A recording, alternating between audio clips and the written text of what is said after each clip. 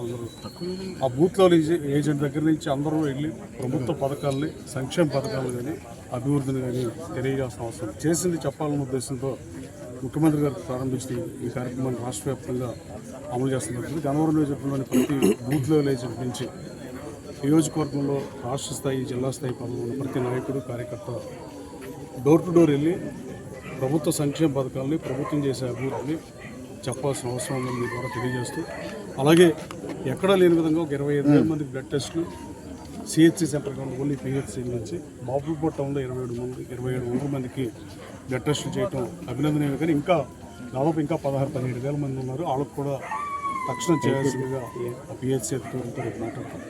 అలాగే రాజకీయాలకి మాట్లాడటానికి వేదిక కాదు, కానీ బట్ రైతు సోదరులకు, ఆరుగాలం కష్టపడే రైతు సోదరులకి నేను జిల్లా కలెక్టర్ రివ్యూ మీటింగ్లో కూడా మాట్లాడా. గతంలో 2 సంవత్సరాల క్రితం ఈ నియోజకవర్గంలో అధికార మార్పులు జరిగినప్పుడు, ఈ నియోజకవర్గంలో శాసనసభ్యులుగా ఓడిపోయినప్పుడు మోటార్లు తీసేసి, ఆ రోజునే వాటర్కి సమస్య లేకపోయినా వాళ్ళ మోటార్ వాళ్ళు ఎత్తుకెళ్ళిపోయిన వాళ్ళని మీడియా సోదరులు అడగకపోవడం చాలా బాధ కలిగించింది. ఈ నియోజకవర్గ అభివృద్ధిలో నాకెంత బాధ్యత ఉందో 4th పిల్లర్ అయిన మీకు కూడా ఉందని నేను మనస్ఫూర్తిగా నమ్ముతాను. అట్లీస్ట్ మీరు అడిగి ఉండాల్సింది. ప్రభుత్వం మోటార్లు ఇవ్వలేనప్పుడు, నువ్వు మోటార్లు ఇచ్చినప్పుడు నేను ఈ 2 కెనాల్ని లింకప్ చేస్తే ఈ సమస్య సాల్వ్ అవుతుందని ముఖ్యమంత్రి గారితో 4-5 సార్లు మాట్లాడి, అసెంబ్లీలో 2 సార్లు మాట్లాడి 38 కోట్లు కేటాయించారు. ముఖ్యమంత్రి గారికి ధన్యవాదాలు. అట్లాగే యూటీ ఎనికేపాడు అంటే నువ్వు 10 ఏళ్ళు శాసనసభ్యుడిగా పనిచేసినప్పుడు మీకు తెలియదు అని అడుగు. 10 ఏళ్ళు శాసనసభ్యుడిగా పనిచేసినప్పుడు 5,000 క్యూసెక్లకే వాటర్ ఉంది.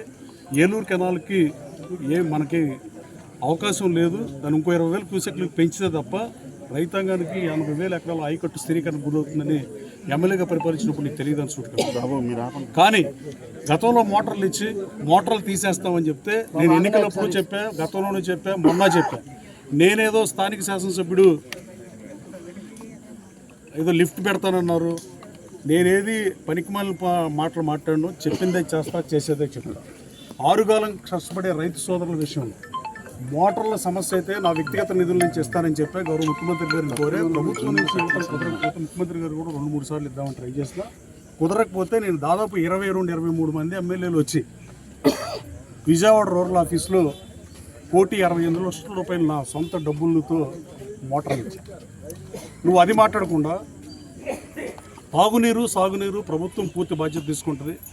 ఇప్పుడు ఏ పరిస్థితుల్లో కృష్ణా బేసిన్ ఉంది, ఏ పరిస్థితుల్లో రివర్స్ అన్ని ఇండియాలో ఎలా ఉన్నాయి అనేది ఆలోచించాల్సిన అవసరం ఉంది. ఆరుగాలం కష్టపడే రైతు సోదరుల విషయంలో కూడా రాజకీయం చేద్దాం ముమ్మాటికి అవివేకంగా నేను భావిస్తున్నా.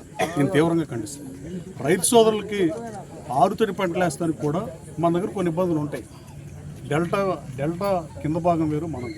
కానీ గన్నవరం నియోజకవర్గ ప్రజల ఏజెండాగానే పనిచేస్తున్నాం. ఈ 2 కెనాల్స్కి 38 కోర్స్, ఆ యూటీకి 36 కోట్లు కానీ దాదాపు 74 కోట్లు, 20,000 క్యూసెక్లు పెడితే 25,000 క్యూసెక్లు వస్తే కానీ కనీసం 12,000 క్యూసెక్లు వాటర్ వస్తేనే మీకు ఇక్కడ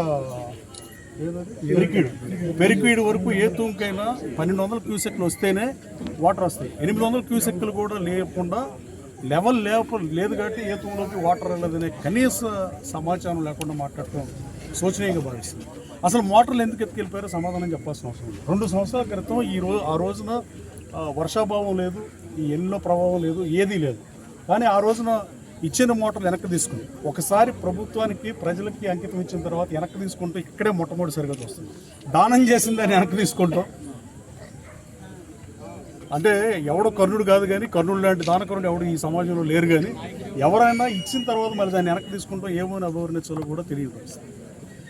ఆరుగాలం కష్టపడే రైతు సోదరుల విషయంలో గన్నవరం రైతు సోదరుల కోసం ముఖ్యమంత్రి గారితో నేను మాట్లాడగలను.